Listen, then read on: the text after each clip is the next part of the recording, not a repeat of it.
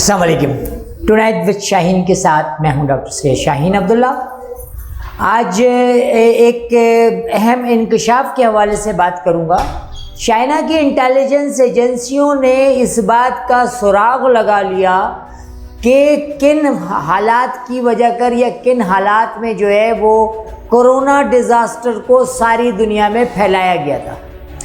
China की intelligence एजेंसियां को ये इत्तलात मिली कि बिल गेट्स समेत माइक्रोसॉफ्ट के मालिकान और डायरेक्टर साहबान ने किस तरह से पूरी दुनिया की इकोनॉमी को कैप्चर करने का एक मंसूबा बनाया।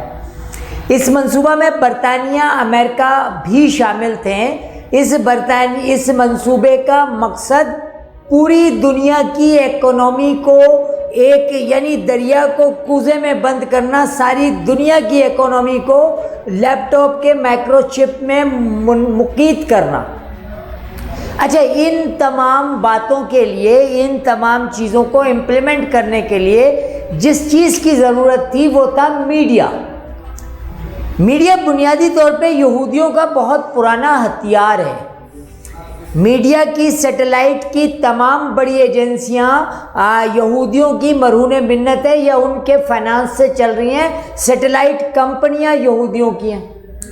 एक प्री प्लान मंसूबे के तहत, एक ऐसा मंसूबा जो तेल अवीव इसराइल में शुरू होता है। शायद लोगों को पता हो कि आज से 1.5 साल पहले अचानक से 24 घंटे के लिए व्हाट्सएप बंद कर दिया गया, तो सारी दुनिया में व्हाट्सएप फेलियर हो जाता है। ये तेल अवीव में एक वाक़या होता है कि इनका जिस वक्त ये मंसूबा एक स्याह फॉर्म ने ब्रेक कर दिया, उस स्याह फॉर्म ने इस मंसूबे के बारे में उसको कुछ डॉक्यूमेंट्स मिल गए। उसने दुनिया को बताने की कोशिश की, तो यहूदियों ने यानी माइक्रोसॉफ्ट से लिंक करके पूरी दुनिया का व्हाट्सएप ब्लॉक कर दिया। ये आज से कोई 1.5 साल पहले वाक़या हुआ था और ये कहा था कि चाइनीज़ ने हाइक कर लिया, जिसकी वजह कर व्हाट्सएप कम्युनिकेशन ब्लॉक हो गया 48 घंटे के लिए। ऐसा नहीं था, बल्कि इस कोरोना डिज़ास्टर के मंसूबा साजों के कुछ पेपर एक स्याह फॉर्म को मिल गए थे, जिसने उसकी पिक्चर बना के व्हाट्सएप करने की कोशिश की थी। तो 48 घंटे के लिए सारी दुनिया के व्हाट्सएप को मुंजमद कर दिया गया था और फिर उसका मर्डर हो जाता है।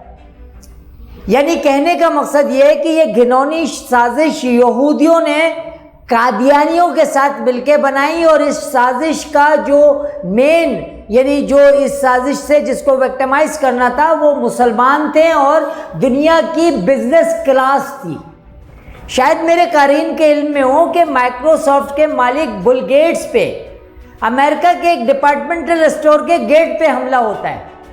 अमेरिकन अवाम जानती है अच्छी तरह से कि माइक्रोसॉफ्ट के मालिक के जो ऊपर हमला हुआ है उसकी वजह क्या है, यहूदियों का, कादियानियों का। अब आप आ जाएं इधर हुकूमत पाकिस्तान की तरफ। कोरोना डिजास्टर से पहले इसराइल का वजीर सेक्रेटरी दिफा जो है वो आके चकलाला एयरबेस पे 24 घंटे रुकता है, किन अहम शख्सियात से बातें करता है।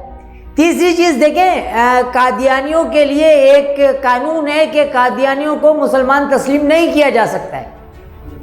और क्या वजह है कि खान साहब के दौर में कादियानियों को कहा जा रहा है कि जी ये इनको दायरा इस्लाम में शामिल किया जा रहा है। जो सख्तियां, जो पाबंदियां कादियानियों पे थी, उन पाबंदियों में नरमी की जा रही है। दुनिया में, सारी दुनिया में अवामुन नास जानती है, सारी दुनिया की हुकूमतें जानती हैं, सारी दुनिया की अवाम जानती है कि वन नेशन थ्योरी पूरी दुनिया पे अक़वाम मुत्तहिदा की हुकूमत का फार्मूला सबसे पहले किसने दिया? देखिए, कोरोना डिज़ास्टर वुहान सिटी में एक वायरस को एक्सप्लोर किया गया, फिर उस वायरस की तशहीर इतनी ज़्यादा की गई, मीडिया के ज़रिए हुकूमतों को ख़रीदा गया, हॉस्पिटल्स को ख़रीदा गया कि नज़ला ज़ुकाम बुखार के पेशेंट को भी इन्होंने कोरोनाइट किया। करोड़ों अरबों रुपए खर्च किए, और इतनी वाफिर मकदार में पैसा खर्च करना बिल गेट्स का ही काम था, माइक्रोसॉफ्ट का ही काम था। यहूदियों को, जिनके पास दुनिया की 78% दौलत है, वो दौलत उन्होंने कोरोना डिजास्टर्स को एक्सप्लोर करने में लगाई। अब सवाल ये पैदा होता है कि इसका बेनिफिशियरी कौन है। शुरू के दिनों में अवाम पाकिस्तान को या हमारे बहुत सारे दानिश्वरों के इल्म में ये बात नहीं थी, लेकिन अब ये बात इनका मकसद आया होता जा रहा है। दुकानें बंद करो, मार्केटें बंद करो, ऑनलाइन खरीदारी करो, स्कूल कॉलेजेस बंद करो, ऑनलाइन एजुकेशन हासिल करो। इस ऑनलाइन में बेनिफिशियरी कौन है? आईटी बेस्ड कंपनियां, आईटी बेस्ड माइक्रोसॉफ्ट या ब्राउजर देने वाली कंपनियां जो नेट का ब्राउजर देती हैं। तो यानी सारी दुनिया को ये मुंजमद करके माइक्रोचिप में लाना चाहते हैं और इसी को इनका वन नेशन थ्योरी है। पूरी दुनिया में यहूदियों की हुकूमत, और इस यहूदियों की हुकूमत बनाने में या इसको तस्लीम करने में हमारे अरबाब इख्तियार किस तरह शामिल हैं।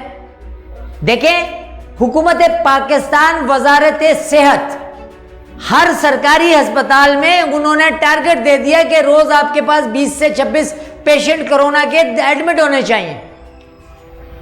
वो वर्ल्ड बैंक से इनके पैसे भी ले रहे हैं, हुकूमत पाकिस्तान कर्जा भी माफ करा रही है और दीगर मराद भी ले रही है। पिस कौन रहा है? वो बेचारा 200 रुपए रोजाना की उजरत कमाने वाला पतारेदार, वो बेचारा जुमा बाजार, इतवार बाजार, मंगल बाजार लगाने वाला, वो पिस रहे हैं। फायदा किसको हो रहा है? वो गवर्नमेंट की उस ब्यूरोक्रेसी को, पॉलिटिशियंस को, जिनका पैसा मसला नहीं है, उनके पास अजदाद की, उनकी जाती जमा की हुई हराम की इतनी दौलत है कि उन्हें कोई पैसों की टेंशन नहीं है। तो मेरे कहने का मकसद ये, अच्छा, चाइना की इंटेलिजेंस एजेंसियों ने इस बात का सुराग लगा लिया। काम तो इंटेलिजेंस एजेंसियां उस वक्त से कर रही थी जब 24 घंटे के लिए व्हाट्सएप ब्लॉक हुआ था और इल्जाम चाइना पे लगाया था। अब कोरोना डिजास्टर का तीसरा बड़ा टारगेट क्या था कि पूरी दुनिया में से चाइना की इकोनॉमी को तबाह करना। उसमें वो 60% कामयाब हुए हैं।